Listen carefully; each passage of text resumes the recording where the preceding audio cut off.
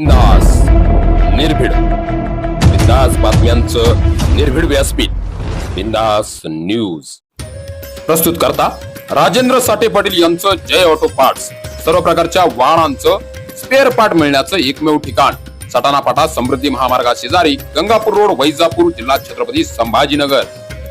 गेल्या 1 महिन्यापासून सातत्यानं वैजापूर विधानसभेच्या महासंग्रामातील इत्थंभूत माहितीचे निरंतर अपडेट देण्याचं काम बिंदासने केलंय, निर्भीडपणे केलाय. लवकरच 23 तारीख जवळ येते आणि आता मुलाखती, प्रतिक्रिया या सगळ्या गोष्टी बघण्यापेक्षा तुम्ही सर्वजण आपापल्या चाहते उमेदवारांच्या विजयाची आकडेमोड करण्यासाठी मेंदूवर ताण देऊन मित्रपरिवाराकडे तुमच्या भागात कसं आहे वातावरण हे विचारून आपल्या आप्तेष्टांच्याही मेंदूला ताण देण्याचं काम करण्याची तुम्हाला आता गरज नाहीये. कारण तुमच्यात फिरून गावोगावी चर्चा करून प्रत्येक उमेदवाराचं अचूक गणित मांडण्याचा प्रयत्न बिंदासनं केला आहे.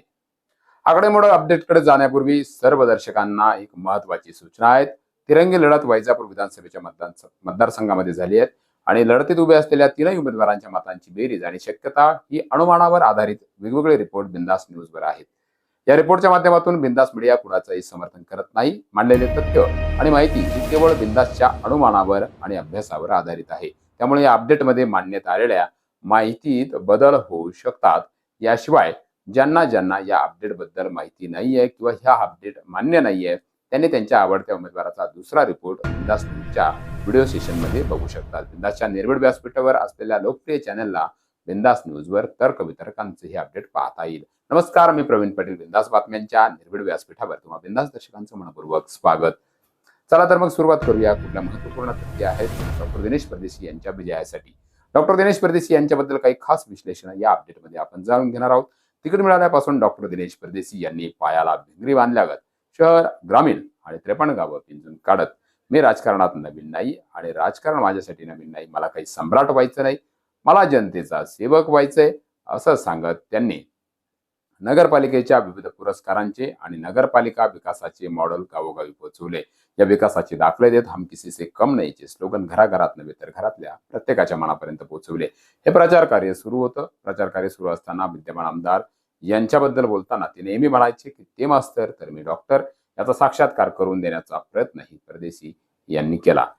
अनेक ठिकाणी जनतेनं त्यांना डोक्यावर उचलून घेतलंय. मतदारसंघातील विविध गावात ते जात असताना जेसीबीतून फुलांचा वर्षाव, चाऊस ब्रास बँडचा थिरकणारा आवाज आणि डीजेच्या माध्यमातून, दुचाकी फेरीच्या माध्यमातून पधारो घर स्वागत है तुम्हारा अशी भूमिका समर्थक आणि सर्वसामान्य जनतेला घेतल्याचं पाहायला मिळालं होतं.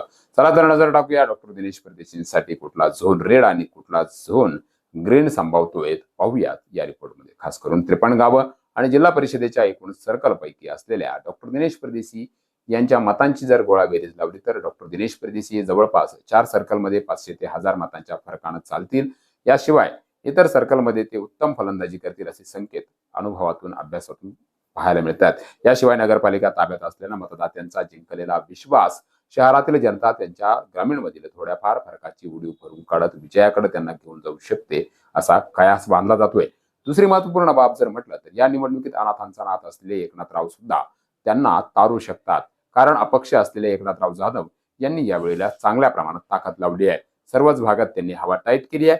परंतु भाजप स्थापनेपासून एकनाथरावांनी जवळपास अनेक दशक एकनिष्ठता भाजपसोबत घातल्यानं तालुक्यातील काही टक्केवारीतील भाजप कार्यकारिणी इतर स्टेजवर जाऊन आपला अपमान होईल आणि सन्मान मिळणार नाही या विचारानं बराय आपला एकनाथ असं म्हणत एकनाथराव जाधव यांना साथ देतील. याशिवाय जारांगे पाटलांनी उमेदवारी न दिल्यानं परदेशी यांच्यासाठी नुकसानीचे संकेत वाटत होते. याची उणीव मात्र एकनाथराव जाधव भरून काढतील असा कयास बांधला जातोय.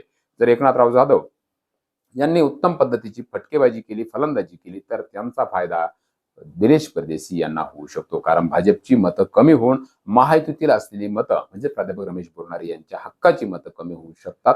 यामुळे एकनाथराव जाधवमुळे बोरनारे यांना पहिलं नुकसान सहन करावं लागू शकतं. सलामत रहिये दोस्ताना हमाराचा नारा देत डॉक्टर दिनेश परदेशी यांनी शहरामध्ये साथ देण्यासाठी मैदानात उतरलेले वैजापूर नगरपालिकेचे माजी नगराध्यक्ष बाळासाहेब संचेती आणि मुस्लिम समाजातील एक नेतृत्व अखिल शेठ ही जोडगोळी ओपनर फलंदाजाच्या भूमिकेत कसोटीत काम करेल अशी शक्यता आहे. याशिवाय मतदारसंघ काबीज करण्यासाठी लढतीत उतरलेले वाणी कुटुंब, ठोंबरे कुटुंब आणि इतर समाज संघटनांच्या पाठिंब्याची बेरीज जर केली तर उत्तरात विजय दिसू शकतो, यातही शंका नाही आहे. याशिवाय ठाकरेंच्या निष्ठावंत शिवसैनिक, डॉक्टरांच्या वेगळी टीम यांचा आत्मविश्वास वाढविण्यास काबिल ठरणार आहे. हे गणित जर बसलं तर शहरातील मतं म्हणजेच राखीव वोट बँक डॉक्टर दिनेश परदेशी यांना विजयाकडे खेचत नेऊ शकते. शेवटी हा एक शाश्वत तर्क आहे. शेवटी मतदार हा राजा आहे आणि मतदारांनी घेतलेला निर्णय ते कोणालाच सांगता येणार नाही आणि तो कळणारही नाही. परंतु दोन जमेच्या बाजू, एक जमेची बाजू जर म्हटली तर ग्रामीण भागातून डॉक्टर दिनेश परदेशी यांना आमदार प्राध्यापक रमेश बोरनारे यांना 4 ते 5 हजार किंवा 10 हजाराच्या मतामध्ये जर प्राध्यापक रमेश बोरनारे जे आहेत ते जर आघाडीवर राहिले तर या सगळ्या नुकसानीचं जी काही भरपाई आहे ती शहरामध्ये होऊ शकते. आणि जर ही नुकसान थोड्याफार फरकामध्ये असेल तर त्या ठिकाणी डॉक्टर दिनेश परदेशी हे विजयाकडे जाऊ शकतात अशी शक्यता आहे. याशिवाय दुसरी बाजू जर बघितली तर एकनाथराव जाधव यांनी जास्तीची मतं जर घेतली तर घेतलेल्या मतांपैकी 40% मतदान डॉक्टर दिनेश परदेशी यांच्या वाट्याचं असणार आहेत आणि 60% मतदान प्राध्यापक आमदार रमेश बोरनारे यांच्या वाटेची घेतलं जाऊ शकतं. त्यामुळे एकनाथराव जाधव आणि नगरपालिकेची शहरामधील मिळालेली मतं डॉक्टर दिनेश परदेशी यांना विजयाकडे घेऊन जाऊ शकतात, यात शंका नाहीये. शेवटी तर्कवितर्कावर असल्यामुळं आपल्याला 23 तारखेला हे गणित, हे कोडं समजणारच आहे. धन्यवाद.